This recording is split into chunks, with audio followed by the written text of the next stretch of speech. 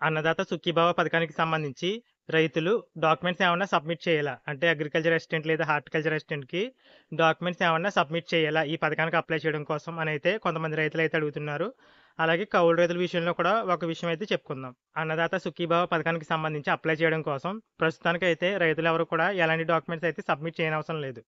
నిజానికి సబ్మిట్ చేయాల్సున్న ప్రస్తుతం జరిగే ప్రాసెస్ అయితే ఒకసారి చెప్తాను వినండి. ఏంటంటే ఇప్పుడు అగ్రికల్చర్ అసిస్టెంట్ లాగిన్‌లో అంటే అన్నదాత సుఖీభవ పథకానికి సంబంధించి అగ్రికల్చర్ అసిస్టెంట్ లాగిన్ అయిన తర్వాత రెవెన్యూ డిపార్ట్మెంట్‌కి సంబంధించి ఏవైతే వెబ్‌ల్యాండ్‌లో పేర్లు ఉంటాయో అంటే భూ యజమాని పేరు, ఆధార్ నంబరు ఇలాంటి వివరాలైతే ఉంటాయి కదా! ఖాతా నంబరు, సర్వే నంబరు ఆ డేటా అంతా కూడా ఆటోమేటిక్‌గా ఈ అన్నదాత సుఖీభవ పథకానికి సంబంధించి అయితే ఫెచ్ అయింది. అంటే ఆ వెబ్‌సైట్‌లోకి అయితే రావడం జరిగింది. ఇక్కడ అగ్రికల్చర్ లేదా హార్టికల్చర్ అసిస్టెంట్‌లు చేసే పనేంటంటే ఆ రైతు యొక్క పేరు, తండ్రి పేరు ఇలాంటి వివరాలనేవి హౌస్ హోల్డ్ మ్యాపింగ్‌తో మ్యాచ్ అయ్యాయా? ఇలా ఒకసారి వెరిఫై చేస్తారు. అంటే వారి ఆధార్ డీటెయిల్స్ ప్రకారం వెబ్‌ల్యాండ్‌లో ఉన్న పేర్లు మ్యాచ్ అవుతున్నాయా లేదా? ఒకవేళ మ్యాచ్ అయిందని అక్కడ అప్రూవ్ చేస్తున్నారు. ఒకవేళ మ్యాచ్ అవ్వకపోతే కారణం ఏంటి? వారి యొక్క ఆధార్ నంబర్ గాని తప్పుగా ఉండడం. లేదంటే హౌస్ హోల్డ్ మ్యాపింగ్‌లో ఏదో ఒక చిన్న పేరులో ఏదైనా ఇష్యూ ఉండొచ్చు కదా! అలాంటి వివరాలు తప్పుగా ఉండడం. ఇలాంటి కారణాల వల్ల అక్కడ ఆ పేరనేది మ్యాచ్ అవ్వదు.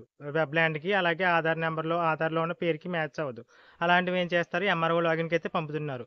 ఇలా ఎంఆర్ఓ లాగిన్‌కి ఎవరి పేర్లైతే వెళ్ళాయో మేబీ వాళ్ళ వివరాలైతే అడగొచ్చు. ఇక్కడ కూడా కన్ఫర్మ్‌గా అడుగుతారని అయితే చెప్పలేం. ఎందుకంటే ఇప్పటికిప్పుడు ఆ రైతుల యొక్క వివరాలు అడిగి, వెరిఫై చేసి ఇదంతా చేయాలంటే చాలా చాలా సమయం అయితే పడుతుంది. రైతులందరూ డాక్యుమెంట్ సబ్మిట్ చేయాలంటే అప్పటికప్పుడు వెరిఫై చేయడం, అందరి దగ్గర తీసుకోవడం ఇప్పటికిప్పుడు అవ్వని పని కాబట్టి ఇలా అక్కడ అధికారులు ఏం చేస్తున్నారంటే వారి దగ్గర ఉన్న డేటా ప్రకారం వెరిఫై చేస్తున్నారు. ఏదైనా డౌట్ వస్తాయి. ఎవరిదైనా డాక్యుమెంట్స్ అవసరమైతే గనక ఏదైనా రైతుకి సంబంధించినవి వాళ్ళే మిమ్మల్ని కాంటాక్ట్ అయితే అవుతారు. కాబట్టి రైతులందరూ కూడా మీ వద్ద డాక్యుమెంట్స్ అయితే సిద్ధం చేసుకోండి. ప్రస్తుతానికైతే మీరైతే రైతు సేవా కేంద్రాల్లో అగ్రికల్చర్ లేదా హార్టికల్చర్ అసిస్టెంట్‌కి ఎలాంటి డాక్యుమెంట్స్ అయితే సబ్మిట్ చేయనవసరం లేదు. అన్ని చోట్ల కూడా ఎలాంటి డాక్యుమెంట్స్ లేకుండానే ప్రస్తుతం వెరిఫికేషన్ అయితే జరుగుతుంది. ఇక్కడ గమనించుకోండి ప్రస్తుతం వెరిఫికేషన్ మాత్రమే జరుగుతుంది. అక్కడ ఏదైనా డౌట్ వస్తే తప్పకుండా డాక్యుమెంట్స్ అయితే అడుగుతారు కాబట్టి డాక్యుమెంట్స్ మాత్రం సిద్ధం చేసుకోండి. అంటే రైతు యొక్క ఆధార్ కార్డు, 1బీ జిరాక్స్ లేదంటే పాస్‌బుక్ జిరాక్స్ ఇలాంటి వివరాలైతే దగ్గరైతే ఉంచుకోండి. ప్రస్తుతానికైతే మీరైతే గ్రామ వార్డు సచివాలయాల్లో లేదా రైతు సేవా కేంద్రాల్లో ఎలాంటి డాక్యుమెంట్స్ కూడా సబ్మిట్ చేయనవసరం లేకుండానే ఈ అన్నదాత సుఖీభవ పథకానికి సంబంధించి అయితే అప్లై చేస్తున్నారు. ఇక మరొక విషయం ఏంటంటే కౌలు రైతులకు సంబంధించి. ప్రస్తుతం అయితే అన్నదాత సుఖీభవ వెబ్‌సైట్‌లో కౌలు రైతులకు సంబంధించి ఎలాంటి డేటా కూడా లేదు. ప్రస్తుతం కేవలం ఎవరైతే భూ యజమానులు ఉన్నారో వారి పేర్లు అంటే ఆ ఖాతా నంబర్‌లు మాత్రమే రావడం జరిగాయి. కౌలు రైతుల డేటా రావాలి అంటే కౌలు రైతు కార్డులో డేటా ప్రకారం అయితే ఇవ్వాలి.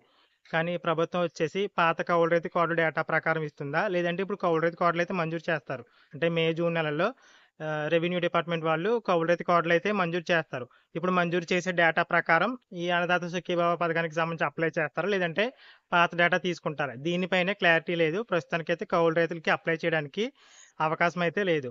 ఇప్పటికిప్పుడు కొత్తగా కౌలు రైతు కార్డ్ ఇచ్చి అప్లై చేయాలన్నా కూడా అవ్వని పని. ఎందుకంటే ఆ డేటా కౌలు రైతుకి డేటా ఏదైతే ఉందో డేటా అంతా కూడా మళ్ళీ ఈ అన్నదాత సుఖీభవ పథకానికి సంబంధించి వెబ్‌సైట్‌లోకి రావాలి.